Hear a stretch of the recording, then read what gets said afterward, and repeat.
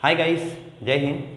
देखिए, solution unit के अंदर टोटल 4 कोलिगेटिव प्रॉपर्टी दी गई थी, जिसमें से 3 हम लोग ऑलरेडी पहले ही डिस्कस कर चुके हैं। Relative loading in vapour pressure, elevation in boiling point, depression in freezing point. और आज हम डील करेंगे 4th नंबर की कोलिगेटिव प्रॉपर्टी, जिसका नाम है ऑस्मोटिक प्रेशर।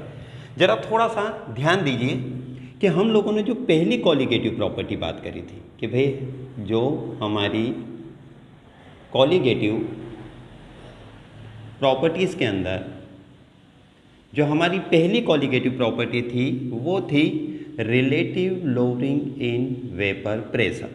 हमको यहाँ से ये पता चला था कि जो वेपर प्रेशर जो है वो क्या होता है, नॉन वोलेटाइल सॉल्यूट डालने पर कम हो जाता है।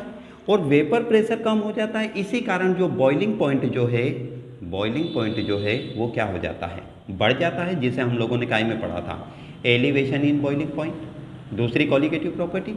और हमने इसी वेपर प्रेशर का रिलेशन देखा था कि वेपर प्रेशर अगर कम हो जाता है तो फ्रीजिंग पॉइंट भी क्या हो जाता है, कम हो जाता है। इसी कारण हमने 3rd नंबर की जो कोलिगेटिव प्रॉपर्टी पढ़ी थी, that is depression in freezing point. 3 colligative property हम लोग डिस्कस कर चुके हैं। अब इन तीनों कोलिगेटिव प्रॉपर्टी को ध्यान से देखोगे आप तो इसमें ये तीनों कोलिगेटिव प्रॉपर्टी, या अगर ठीक तरह से कहूँ, इन तीनों कोलिगेटिव प्रॉपर्टी में से बॉइलिंग पॉइंट और फ्रीजिंग पॉइंट का डायरेक्ट रिलेशन था वेपर प्रेशर से। लेकिन आज जो हम चौथी कोलिगेटिव प्रॉपर्टी के बारे में डिस्कस करने जा रहे हैं, वो चौथे नंबर की कोलिगेटिव प्रॉपर्टी का इन तीनों से बहुत दूर तक कोई भी संबंध नहीं है। ना तो वेपर प्रेशर से कोई लेना देना है, ना ही बॉइलिंग पॉइंट से या फ्रीजिंग पॉइंट से। इसलिए ये कोलिगेटिव प्रॉपर्टी थोड़ी सी अलग भी हो जाती है, थोड़ी सी इम्पोर्टेंट भी हो जाती है। ये कोलिगेटिव प्रॉपर्टी का हम लोगों की डे टू डे लाइफ के अंदर बहुत इंपॉर्टेंट कंट्रीब्यूशन रहता है। बहुत सारी एक्टिविटीज़ होती है, लाइफ की बहुत सारी ऐसी प्रोसेस होती है जहाँ पर हमारी आज की 4th नंबर की कोलिगेटिव प्रॉपर्टी जो है बहुत बड़ा रोल प्ले करती है। कैसे रोल प्ले करती है, क्या होता है, तो सबसे पहले तो शुरुआत करते हैं हम हमारी आज की थोड़ी सी अलग डिफरेंट कोलिगेटिव प्रॉपर्टी, जिसका नाम है ऑस्मोटिक प्रेशर।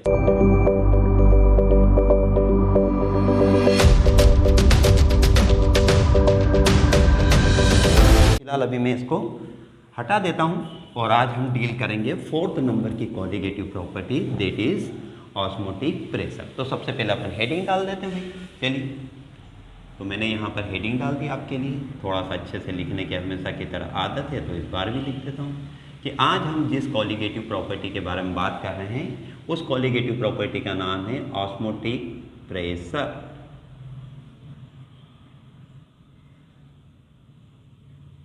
देखिए, यदि अगर इस कोलिगेटिव प्रॉपर्टी के बारे में हम बात करें तो भाई ऑस्मोटिक प्रेशर यदि अगर आपको पढ़ना है कि क्या होता है ऑस्मोटिक प्रेशर, तो सबसे पहले आपको पता होना चाहिए ऑस्मोसिस की प्रोसेस। तो हम शुरुआत करते हैं ऑस्मोसिस की प्रोसेस से कि देखिए,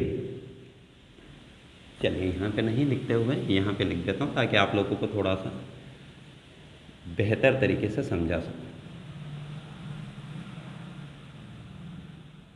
ऑस्मोसिस, देखिए ऑस्मोटिक प्रेशर क्या है, तो ऑस्मोसिस की प्रोसेस में एक्सर्ट किया जाने वाला या दिखने वाला प्रेशर जो है वो क्या कहलाता है, ऑस्मोटिक प्रेशर कहलाता है। इसका मतलब है कि ऑस्मोटिक प्रेशर को यदि समझना है तो हमको सबसे पहले समझना पड़ेगा ऑस्मोसिस की प्रोसेस। यदि ऑस्मोसिस की प्रोसेस के बारे में बात करो कि क्या होती है ऑस्मोसिस की प्रोसेस, तो इसके बारे में आपको एक सिंपल सी बात याद रखना है कि ऑस्मोसिस जो होता है वो क्या होता है, एक स्पेशल टाइप का डिफ्यूज़न होता है। ध्यान से देखिएगा इस कि मैंने क्या कहा कि ऑस्मोसिस जो होता है वो स्पेशल टाइप का डिफ्यूज़न होता है। इसका मतलब है कि अब आपको सबसे पहले डिफ्यूज़न पता होना चाहिए। तो चलिए सबसे पहले डिफ्यूज़न को डिस्कस कर लेते हैं। और यहीं से शुरुआत होती है हमारी 4th नंबर की कोलिगेटिव प्रॉपर्टी सही तरह से। देखिए, यदि डिफ्यूज़न के बारे में बात करें तो डिफ्यूज़न सबसे ज़्यादा कॉमन प्रोसेस है, सबसे इजीली दिखने वाली प्रोसेस है, सबसे ज़्यादा हमारे आसपास होने वाली प्रोसेस है। क्या होता है डिफ्यूज़न का, सबसे पहले सिंपल से 1-2 एग्जांपल के बारे में बात करते हैं। डिफ्यूज़न ही वो प्रोसेस है जिसके कारण स्प्रे हम लगाते हैं और मज़े लोग लेते हैं। ठीक है, कहीं पर भी किसी भी तरह की यदि अगर कोई सी गंध प्रोड्यूस होती है तो वो गंध चारों तरफ फैल जाती है जस्ट बिकॉज ऑफ डिफ्यूज़न। कारण सोचा अगर जाए कि डिफ्यूज़न के पीछे क्या कारण हो सकता है, तो मुझे जहाँ तक मेरा दिमाग जाता है या जहाँ तक मैं अपने लॉजिक लगा पाता हूँ, तो मुझे लगता है कि डिफ्यूज़न जो है इसके पीछे नेचर का एक बहुत बहुत बहुत बेसिक सा फंडा रहा है कि भाई मेरे पास जो भी चीज़ें अवेलेबल है वो सारी की सारी चीज़ें सभी जगहों पर इक्वली डिस्ट्रीब्यूट हो जाए। मतलब नेचर क्या चाहती थी? नेचर सिर्फ इतना सा काम चाहती थी कि नेचर में प्रोड्यूस होने वाली हर चीज़ सभी लोगों तक इक्वली डिस्ट्रीब्यूट हो जाए। मेरी बात पे ध्यान दीजिए, इक्वली डिस्ट्रीब्यूट हो जाए। इसलिए नेचर ने एक ऑटोमेटिक प्रोसेस बनाई डिफ्यूज़न, जिसके अंतर्गत क्या होता है, जिसके अंतर्गत होता ये है कि नेचर ने हर सब्सटेंस के हर पार्टिकल के अंदर एक ऑटोमेटिक क्वालिटी डाल दी कि वो हायर क्वांटिटी से कम क्वांटिटी की तरफ क्या करे, ऑटोमेटिक मूव करे।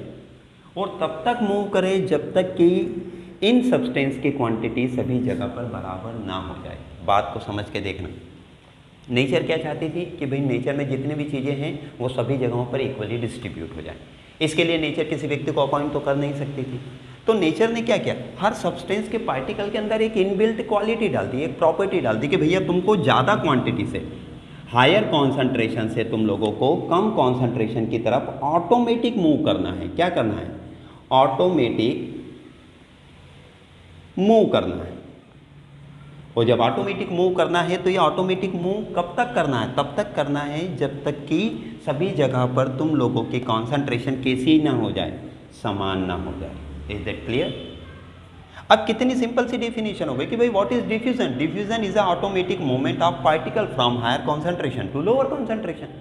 और ये वाली डेफिनेशन तो बेटा तुम लोगों ने 9th में भी पढ़ी है, 10th में भी पढ़ी, लेकिन इस डेफिनेशन की इंपॉर्टेंस कितनी ज़्यादा है इसे कभी सोच के देखो। हमें इंजेक्शन यहाँ पर लगता है, ठीक है, इंट्रामस्कुलर इंजेक्शन कहाँ पर लगते हैं बेटा? मसल्स में लगते हैं, ठीक है, और दर्द कहीं और होता है, इंजेक्शन मसल्स में लगते हैं, लेकिन वो मेडिसिन डिफ्यूज़न के थ्रू ही तो पूरी बॉडी में पहुँच जाती है। खाना तो आप यहाँ पर खाते हो, एलिमेंट्री कैनाल में जाता है, लेकिन यहाँ से खाना पूरी की पूरी बॉडी में कैसे फैल जाता है? डिफ्यूज़न के कारण।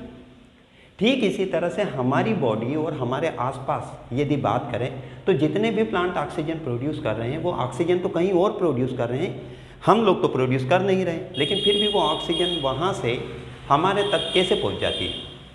डिफ्यूज़न के कारण पहुँच जाती है। इसका मतलब है कि डिफ्यूज़न बहुत इंपॉर्टेंट प्रोसेस है। इसमें ध्यान क्या रखना है? ध्यान एक छोटी सी बात रखना है कि नेचर ने ये डिफ्यूज़न की क्वालिटी, मतलब automatic movement of particle from higher concentration to lower concentration, हर सब्सटेंस के अंदर डाला है, हर सब्सटेंस के अंदर ये क्वालिटी दी है। फिर चाहे वो सब्सटेंस सॉलिड फॉर्म में हो, लिक्विड फॉर्म में हो, या फिर गैसियस फॉर्म में हो। Is it clear? तो मैं नहीं समझता कि डिफ्यूज़न जो है वो इतनी कॉम्प्लिकेटेड चीज़ है, मतलब बच्चों वाली चीज़ है, नॉर्मल सी चीज़ है, जिसकी डेफिनेशन हम लोगों ने कई बार पढ़ी है और हम लोगों को याद भी है। मैं तो सिर्फ आप लोगों का एक छोटा सा ध्यान लेके गया। अब यदि अगर आपको डिफ्यूज़न समझ में आ गया तो डिफ्यूज़न में दो चीज़ें ध्यान में रखना है। सॉलिड, लिक्विड और गैसेस के पार्टिकल ऑटोमेटिक मूव करते हैं हायर कॉन्सेंट्रेशन से लोअर कॉन्सेंट्रेशन की तरफ। किस लिए करते हैं ये रीज़न जरूर ध्यान में रखना। इसलिए करते हैं कि सभी जगह पर उनकी कॉन्सेंट्रेशन क्या हो जाए, बराबर हो जाए। नेचर को पार्टिकल को मूव कराने में कोई मज़ा नहीं आ रहा था। नेचर का अल्टीमेट एम क्या था, नेचर का अल्टीमेट मोटो क्या था? और वो मोटो ये था कि सभी जगह पर सभी सब्सटेंस की कॉन्सेंट्रेशन कैसी हो जाए, यूनिफॉर्म हो जाए, इक्वल हो जाए। इन दो बातों को ध्यान में रख के हम लोग डिस्कस करेंगे ऑस्मोसिस को, क्योंकि ऑस्मोसिस क्या है, एक स्पेशल टाइप का डिफ्यूज़न है, मतलब कि ऑटोमेटिक मूवमेंट पार्टिकल का होगा ही होगा इसके अंदर भी, लेकिन ये स्पेशल टाइप का क्यों है? तो देखिए, इसके स्पेशल होने के पीछे 3 रीज़न है। पहला रीज़न, ऑस्मोसिस इसलिए स्पेशल टाइप का डिफ्यूज़न है क्योंकि डिफ्यूज़न 3 चीज़ों के अंदर मिलता है, सॉलिड स्टेट में भी मिलेगा, लिक्विड में भी मिलेगा, गैसेस स्टेट में भी मिलेगा, लेकिन ऑस्मोसिस जो है वो केवल लिक्विड स्टेट में मिलता है। मतलब पहली स्पेशलिटी तो ये हो गई थी, ठीक है। दूसरी चीज़ के बारे में यदि अगर हम बात करें तो ऑस्मोसिस जो है उसके लिए एक कंडीशन है, एक प्रोटोकॉल है कि ऑस्मोसिस की फिनोमिना या ऑस्मोसिस या ये फिर ये जो स्पेशल टाइप का जो डिफ्यूज़न है, ये स्पेशल टाइप का डिफ्यूज़न केवल तब ही होगा जब एक सेमी परमेबल मेम्ब्रेन प्रेजेंट होगी। अब ये सेमी परमेबल मेम्ब्रेन क्या है? SPM, यहाँ पर मैं लिख देता हूँ, सेमी परमेबल मेम्ब्रेन। देखिए ध्यान से सुनिए, सेमी परमेबल मेम्ब्रेन के बारे में एक सिंपल सा एक ही लाइन का आंसर है कि सेमी परमेबल मेम्ब्रेन बेटा एक ऐसी थीन लेयर होती है, एक ऐसी थीन मेम्ब्रेन होती है जो अपने में से आर पार केवल वाटर के मॉलिक्यूल को जाने देगी। वाटर बोले तो सॉल्वेंट। तो मैं यहाँ पर लिख देता हूँ कि भाई सेमी परमेबल मेम्ब्रेन वो होती है जो वाटर के पार्टिकल को क्या करती है, अपने में से अलाउ करती है आने और जाने के लिए। और तीसरी स्पेशल डिफ्यूज़न की प्रॉपर्टी जो होती है वो ये होती है कि जो नॉर्मल डिफ्यूज़न जो है वो क्या होता है, हायर कॉन्सेंट्रेशन से लोअर कॉन्सेंट्रेशन की तरफ होता है, लेकिन ऑस्मोसिस जिसे हम स्पेशल टाइप का डिफ्यूज़न बोल रहे हैं, ये डिफ्यूज़न ठीक उल्टा होता है। ये डिफ्यूज़न लोअर कॉन्सेंट्रेशन से हायर कॉन्सेंट्रेशन की तरफ होता है। और एक चीज़ और ध्यान में रखना है कि इस बार जिन पार्टिकल का मूवमेंट होता है वो पार्टिकल सिर्फ वाटर के पार्टिकल होते हैं, H2O के होते हैं, या फिर हम बोल सकते हैं सॉल्वेंट के होते हैं। भाई इस बात को देख के तो ये लगता है कि नेचर ने डिफ्यूज़न में पार्टिकल का मूवमेंट करा था कि कॉन्सेंट्रेशन बराबर हो सके, तो ज़्यादा से कम की तरफ जाना समझ में आता है। पर यहाँ पर क्या हो गया भाई, उल्टा हो गया। क्या नेचर ने अपना रूल बदल दिया या नेचर यहाँ पे कंफ्यूज हो गई? नहीं, कंफ्यूज इंसान होता है बेटा, नेचर नहीं होती।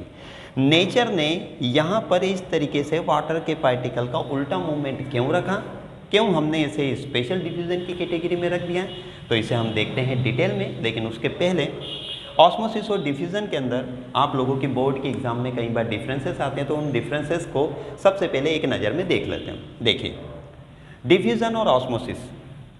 डिफ्यूज़न पार्टिकल का मूवमेंट है हायर कॉन्सेंट्रेशन से लोअर कॉन्सेंट्रेशन की तरफ, जबकि ऑस्मोसिस लोअर कॉन्सेंट्रेशन से हायर कॉन्सेंट्रेशन की तरफ मूवमेंट है, लेकिन सिर्फ किसका, सॉल्वेंट के पार्टिकल। पहली चीज। दूसरी चीज, डिफ्यूजन सॉलिड के पार्टिकल, लिक्विड के पार्टिकल और गैसेस के पार्टिकल तीनों ही स्टेट के पार्टिकल में विजिबल होता है, देखने को मिलता है, बट ऑस्मोसिस केवल लिक्विड के अंदर देखने को मिलता है। तीसरे डिफरेंस के बारे में बात करें, डिफ्यूजन को ना तो हम रोक सकते हैं, अगर मैंने बेटा स्प्रे लगा लिया तो आप चाह के भी, आप या मैं, कोई भी चाहकर भी इस स्प्रे से पैदा होने वाली फ्रेग्रेंस को रोक नहीं सकते हैं सभी जगह पर फैलने के लिए। तो ना तो डिफ्यूजन को रोका जा सकता है और ना ही रिवर्स किया जा सकता है। बट यदि अगर हम ऑस्मोसिस के बारे में बात करें तो ऑस्मोसिस को रोका भी जा सकता है और ऑस्मोसिस को रिवर्स भी किया जा सकता है। तो ये बहुत इंपॉर्टेंट बेसिक डिफरेंस है। क्यों इसको रिवर्स किया जा सकता है, क्यों इसको रोका जा सकता है, तो ये देखने के लिए हम लोगों को देखना पड़ेगा ऑस्मोसिस को थोड़ा सा डिटेल में। बहुत इंपॉर्टेंट दो प्रोसेस है बेटा, डिफ्यूज़न और ऑस्मोसिस, आपकी लाइफ में बहुत इंपॉर्टेंट रोल प्ले करती है। आपकी पूरी बॉडी के अंदर खाना पीना, रोना, हंसना, इन सारी चीज़ों के पीछे डायरेक्टली इनडायरेक्टली कहीं ना कहीं ये दोनों प्रोसेस रिस्पॉन्सिबल है।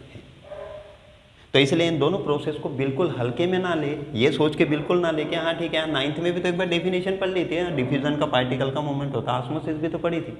इनको थोड़ा सा पढ़ के अपनी पर्सनल लाइफ से रिलेट करें कि इनकी आपकी पर्सनल लाइफ में किस जगह पर इम्पोर्टेंस है। चलिए अभी तो फिलहाल ऑस्मोसिस को थोड़ा सा डिटेल में देखते हैं कि क्यों इसके अंदर, क्यों ये केवल सिर्फ लिक्विड के अंदर होता है, क्यों इसके अंदर सेमी परमेबल मेम्ब्रेन की रिक्वायरमेंट होती है, और क्यों इसमें पार्टिकल मतलब वाटर के मॉलिक्यूल का मूवमेंट लोअर कॉन्सेंट्रेशन से हायर कॉन्सेंट्रेशन की तरफ हो जाता है। चलिए तो देखिए, इसे हम हटा देते हैं।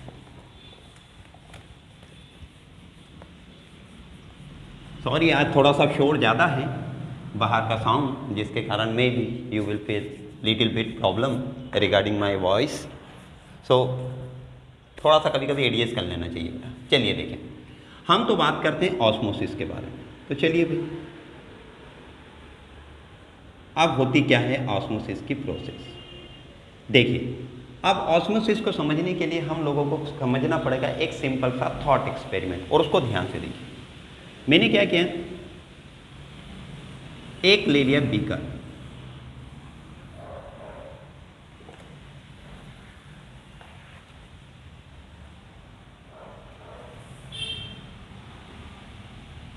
इस बीकर में यहां पर भी ले लिया 2 लीटर पानी और यहां पर भी ले लिया 2 लीटर पानी। एक सिंपल सा थॉट एक्सपेरिमेंट है, बहुत आसानी से बहुत अच्छे तरह से समझ में आ जाएगा। पानी बोले तो कौन बेटा, सॉल्वेंट, ठीक है, यहाँ पर भी सॉल्वेंट है, यहाँ पर भी सॉल्वेंट है। क्योंकि हम बात कर रहे हैं सॉल्यूशन यूनिट की, तो हमको तो सॉल्यूशन तो बनाना पड़ेगा।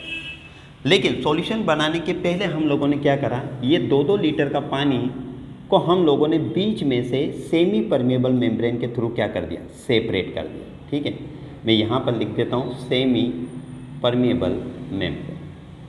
अब सेमी परमेबल मेम्ब्रेन क्या होती है बेटा, जिसके अंदर छोटे छोटे अपर्चर होते हैं, ठीक है, और ये छोटे छोटे अपर्चर अपने में से केवल वाटर के पार्टिकल को अलाउ करते हैं, वाटर के अलावा किसी भी और सब्सटेंस के पार्टिकल को ना तो आने देंगे ना तो जाने देंगे। ठीक है, तो यहाँ पर हम ये लिख देते हैं कि भाई H2O को जाने भी देगी और H2O को ये आने भी देगी। ये है हमारी सेमी परमेबल मेम्ब्रेन। अब इन लोगों को हम बना लेते हैं सॉल्यूशन। तो सॉल्यूशन बनाने के लिए हमें कुछ ना कुछ तो इसके अंदर डिसॉल्व करना ही पड़ेगा।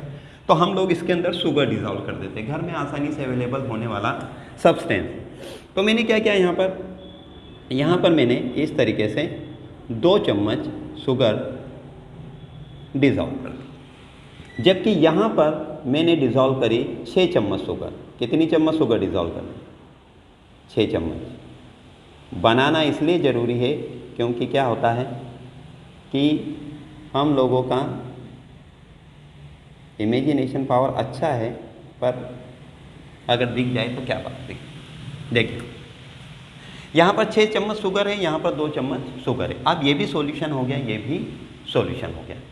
अब देखिए पानी तो बराबर है, पानी की कॉन्सेंट्रेशन तो बराबर ही है, लेकिन हम सॉल्यूशन यूनिट में कॉन्सेंट्रेशन किसके बारे में बात करते हैं, कॉन्सेंट्रेशन मीन्स क्वांटिटी, और क्वांटिटी मीन्स किसकी क्वांटिटी, सॉल्यूट की क्वांटिटी। तो देखिए यहाँ पे सॉल्यूट की क्वांटिटी कितनी है, 2 चम्मच।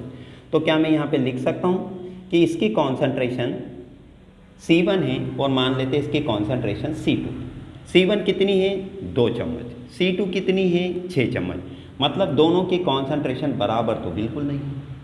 ठीक है, ध्यान से देखिए, बस यहीं से पूरा कॉन्सेप्ट समझ में आ जाएगा।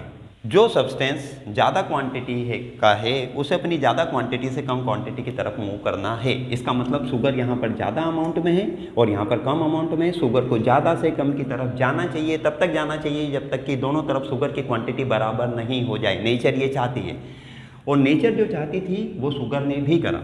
शुगर के पार्टिकल ने कोशिश करी कि वो यहाँ से निकल के इधर आ जाए, लेकिन हमको पता है कि सेमी परमेबल मेम्ब्रेन वह मेम्ब्रेन होती है जो केवल वाटर के पार्टिकल के अलावा किसी भी और पार्टिकल को अलाउ नहीं करेगी। तो सेमी परमेबल मेम्ब्रेन के कारण क्या, शुगर जाना तो चाहती है मगर जा नहीं पाती। इसका मतलब कि शुगर अब इधर से इधर तो आएगी नहीं। कॉन्सेंट्रेशन शुगर के कारण, शुगर के जाने के कारण तो बराबर होने से रही। तो अब क्या करें, अब नेचर को कॉन्सेंट्रेशन तो बराबर करना था, तो नेचर ने फिर वाटर को अलाउ कर दिया। वाटर ने बोला भाई चलो ठीक है,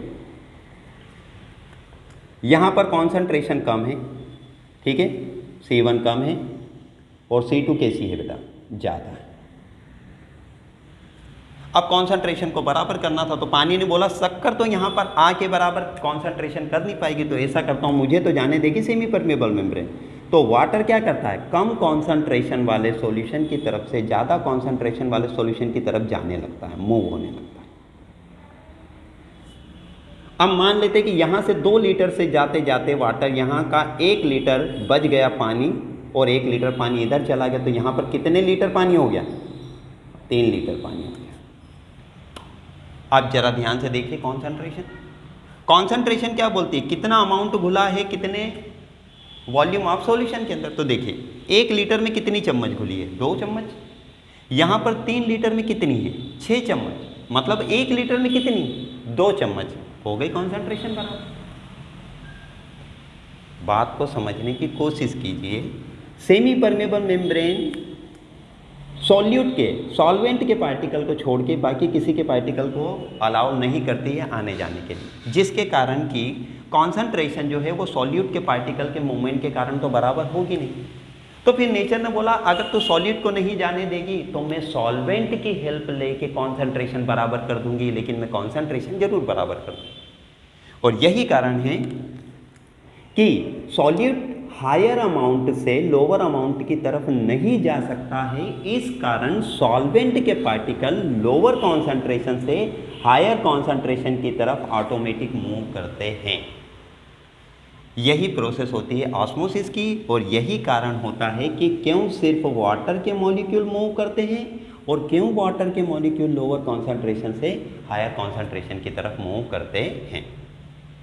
होप सो ऑस्मोसिस की डेफिनेशन तो अभी अपन देख ही लेते हैं, लेकिन ऑस्मोसिस का रीज़न आप लोगों को समझ में आया होगा कि नेचर यहाँ पर भी बेटा सिर्फ एक ही काम करना चाहती है कि किसी भी तरह से सब्सटेंस की कॉन्सेंट्रेशन सभी जगह पर समान हो जाए।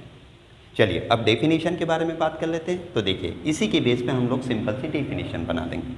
हमने क्या करा, दो सॉल्यूशन थे बेटा जिनकी कॉन्सेंट्रेशन डिफरेंट थी। So when two solution of different concentration of different concentration are kept separated by semi-permeable membrane. When two solutions of different concentration are kept separated by semi-permeable membrane, then due to the movement of solvent or water molecule take place from lower concentration to higher concentration, and this phenomena or this mechanism known as osmosis. अब osmosis अगर समझ में आ गया है तो फिर osmosis में लगने वाले प्रेशर के बारे में भी बात कर लेते हैं। तो इसके लिए फिर एक छोटा सा एक्सपेरिमेंट करते हैं, और इस बार हमको क्या देखना है, इस बार हमको देखना है ऑस्मोटिक प्रेशर। तो चलिए ऑस्मोटिक प्रेशर के बारे में बात कर लेते हैं। देखिए ऑस्मोटिक प्रेशर के लिए क्या करना है, सिंपल सा एक एक्सपेरिमेंट करना है। हम लोग क्या कर लेते हैं, यहाँ पर एक सिंपल सा एक ग्लास का हॉलो सिलेंडर या ट्यूब ले लेते हैं जो कि अपने बॉटम पर इस तरह से ओपन होती है। ध्यान से देखिए, कोशिश करूँगा कि थोड़ा सा अच्छा हो। ठीक है, ये पूरी ग्लास की ट्यूब है बेटा, और इसके अंदर यहाँ तक हम लोगों ने पानी भर दिया।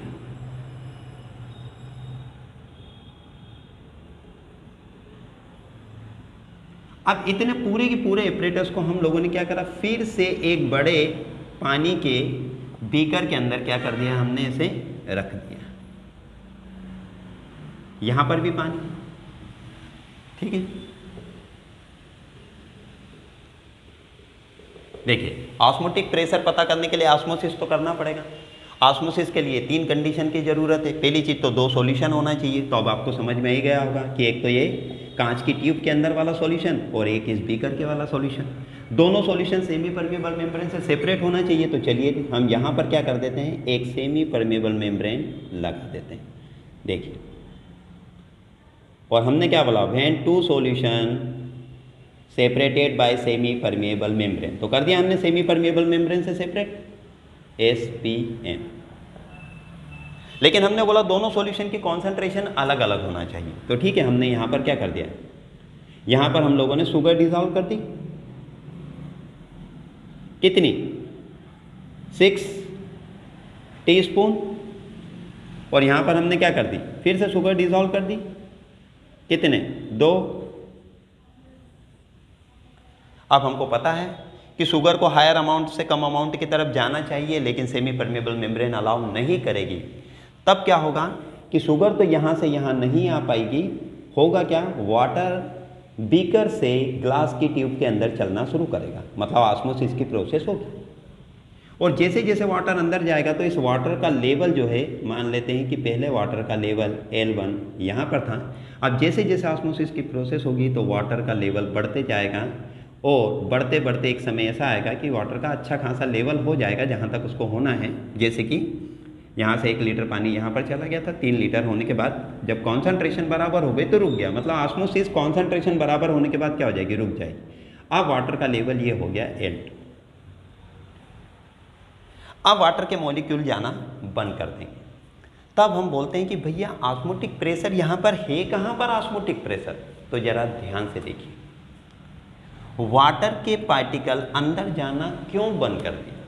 इसलिए बंद कर दिया, साइंटिस्ट का ऐसा मानना है कि ये जो वाटर, जो एक्स्ट्रा वाटर इतना जाके इतना जो यहाँ पर वेट बनाया है, ठीक है, मतलब जो इतना एक्स्ट्रा वाटर जो है, इस एक्स्ट्रा वाटर की पोजीशन के कारण, इस एक्स्ट्रा वाटर की पोजीशन के कारण एक प्रेशर अप्लाई हुआ, जिस प्रेशर ने बाकी और वाटर के मॉलिक्यूल की एंट्री को क्या कर दिया? रोक दिया। अब ये एक्स्ट्रा वाटर कहाँ से आया? ऑस्मोसिस के कारण आया, ठीक है। तब हम एक्स्ट्रा वाटर की इस पोजीशन के कारण जो प्रेशर डेवलप होता है, ठीक है, उस प्रेशर को हम क्या बोलते हैं? Hydrostatic pressure. Hydro stand for water, static stand for इसकी पोजीशन, हाइड्रोस्टेटिक प्रेशर। अब हाइड्रोस्टेटिक प्रेशर डेवलप किसके कारण हुआ? ऑस्मोसिस के कारण हुआ। हाइड्रोस्टेटिक प्रेशर डेवलप किसके कारण हुआ? ऑस्मोसिस के कारण।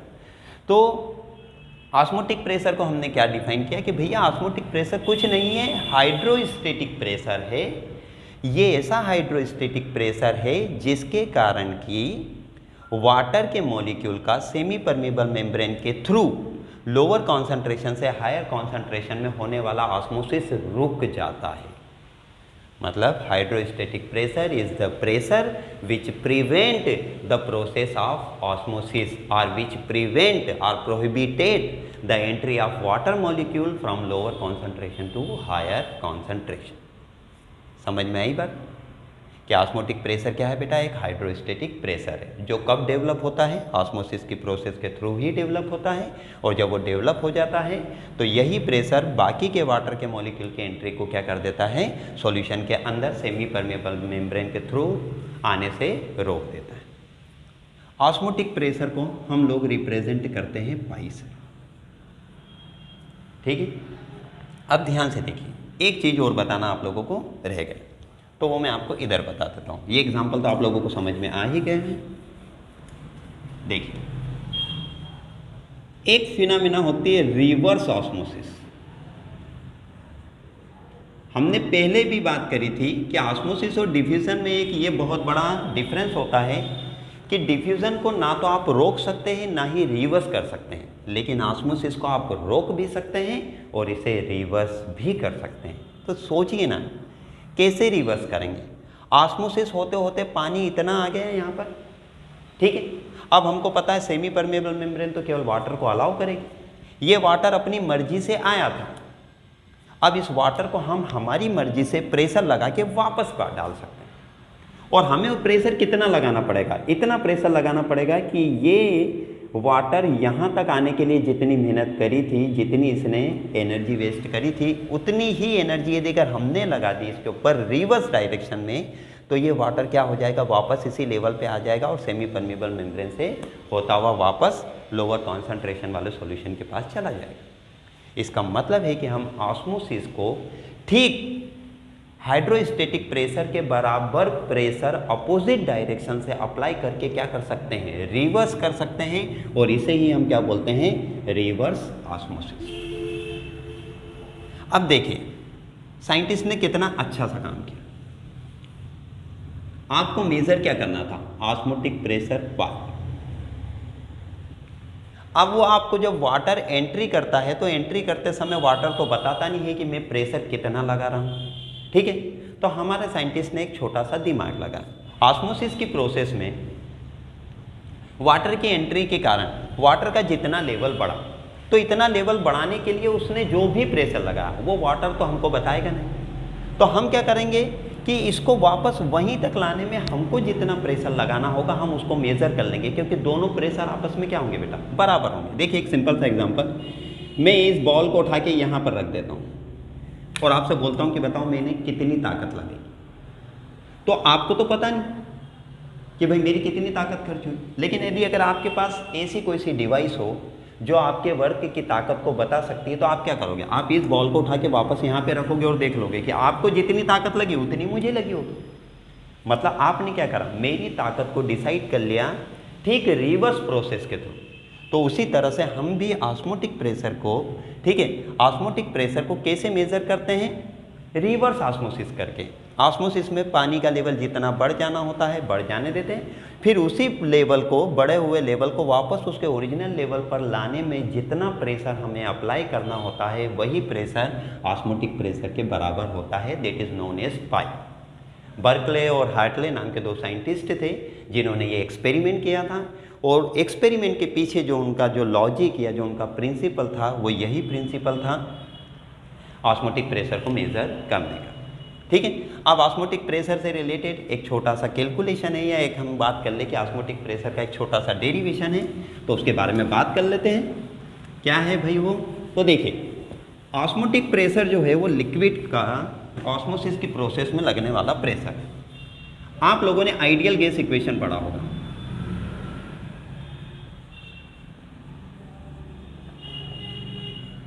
क्या था भाई ideal gas equation? Ideal gas equation था PV is equal to nRT। ये गैस के लिए था भाई।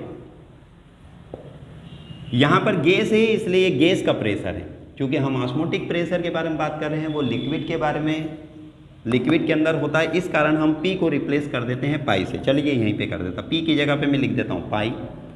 V तो वॉल्यूम ही है, N number of mole of solute, वो तो हम हर किसी में डिजॉल्व करते हैं। R को रिप्लेस कर देता हूँ S से, क्योंकि R यूनिवर्सल गैस कांस्टेंट है, हम सॉल्यूशन की बात कर रहे हैं इसलिए हम इसको क्या बोलते हैं? Solution constant.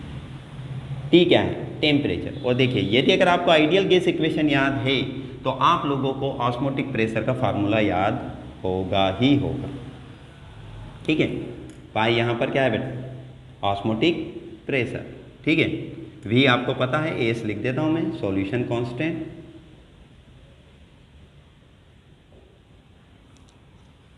अब देखिए, यदि अगर मैं इसे यहाँ से पाई को यहीं पर रहने दूँ और V को उधर डाल दूँ तो N/V ST। अब देखिए N/V क्या है बेटा? हमने पहले लेक्चर में बात करी थी कि number of mole of solute present in पर लीटर वॉल्यूम ऑफ सॉल्यूशन। मतलब कि या तो ये मोलेरिटी हो सकता है, या फिर ये क्या हो सकता है? नॉर्मेलिटी हो सकता है, या फिर ये क्या हो सकता है? फॉर्मेलिटी हो सकता है। कुछ भी होगी तो सॉल्यूशन की कॉन्सेंट्रेशन। तो N/V की जगह पे C लिख सकता हूँ, और इस तरह से हमारे पास पाई का एक फार्मूला बन के निकलता है, pi is equal to CST। एक छोटी सी चीज और बता देता हूं। आप बोलेंगे कि सर इसका जो कंपेराइजेशन जो है वो आपने आइडियल गैस इक्वेशन से क्यों किया? तो इसलिए किया बेटा, मैंने नहीं किया, साइंटिस्ट ने किया। साइंटिस्ट ने ये देखा कि जिस तरह से आइडियल गैस, कोई सी भी गैस जो होती है इस इक्वेशन को फॉलो करती है, ठीक इसी इक्वेशन की तरह जितने भी कैलकुलेशन जो थे वो ऑस्मोटिक प्रेशर में भी मिल रहे थे। इस कारण ना चाहते हुए भी इसका जो ऑस्मोटिक प्रेशर का जो इक्वेशन बना वो ठीक आइडियल गैस की तरह ही बना। इस कारण सिर्फ मैंने आइडियल गैस इक्वेशन से इसको कंपेयर किया। अदरवाइज तो जिस तरह से आइडियल गैस इक्वेशन आया था ठीक उसी तरह से ऑस्मोटिक प्रेशर भी आ जाएगा। कैसे आ जाएगा? कि भाई उन्होंने ये देखा कि pi is inversely proportional to 1/V, pi is directly proportional to T। मतलब जब ऑस्मोटिक प्रेशर में अलग अलग कैलकुलेट करेंगे, ठीक है, तो अपन ने उधर क्या देखा था? ये वाला अपन ने देखा था बॉयल्स लॉ, फिर ये वाला देखा था चार्ल्स लॉ। तो ठीक उसी तरह से जब ऑस्मोटिक प्रेशर के लिए साइंटिस्ट ने कैलकुलेशन करे तो उन्होंने देखा ऑस्मोटिक प्रेशर पाई, ठीक है, V के इन्वर्सली प्रोपोर्शनल था, ठीक है, केल्विन टेम्परेचर के कैसे था? डायरेक्टली प्रोपोर्शनल था, और नंबर ऑफ मोल के भी कैसा था? डायरेक्टली प्रोपोर्शनल था। तीनों इक्वेशन को मिला दोगे तो क्या हो जाएगा? Pi is equal to pi directly proportional to N/T/V।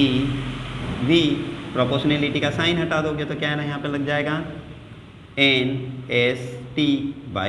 V को इधर ले आएंगे तो क्या हो जाएगा? Pi V is equal to N/ST। तो सिर्फ बच्चों वाला सिंपल सा एक छोटा सा कैलकुलेशन है जो कि आप लोग भी इजीली कर सकते हैं। फिलहाल आज के लिए यहीं पर हम इस लेक्चर को ख़त्म करते हैं। हमारी 4th नंबर की कॉलिगेटिव प्रॉपर्टी ख़त्म हो गई है। इस कॉलिगेटिव प्रॉपर्टी या इससे पिछले की जितनी भी कॉलिगेटिव प्रॉपर्टी है या पूरी सॉल्यूशन से रिलेटेड किसी भी तरह की कोई भी प्रॉब्लम हो, कोई भी क्वेरी हो, तो हर बार की तरह कमेंट्स बॉक्स खुला है, आपका स्वागत है। You all are most welcome with your positive and negative response. Till then goodbye, जय हिंद।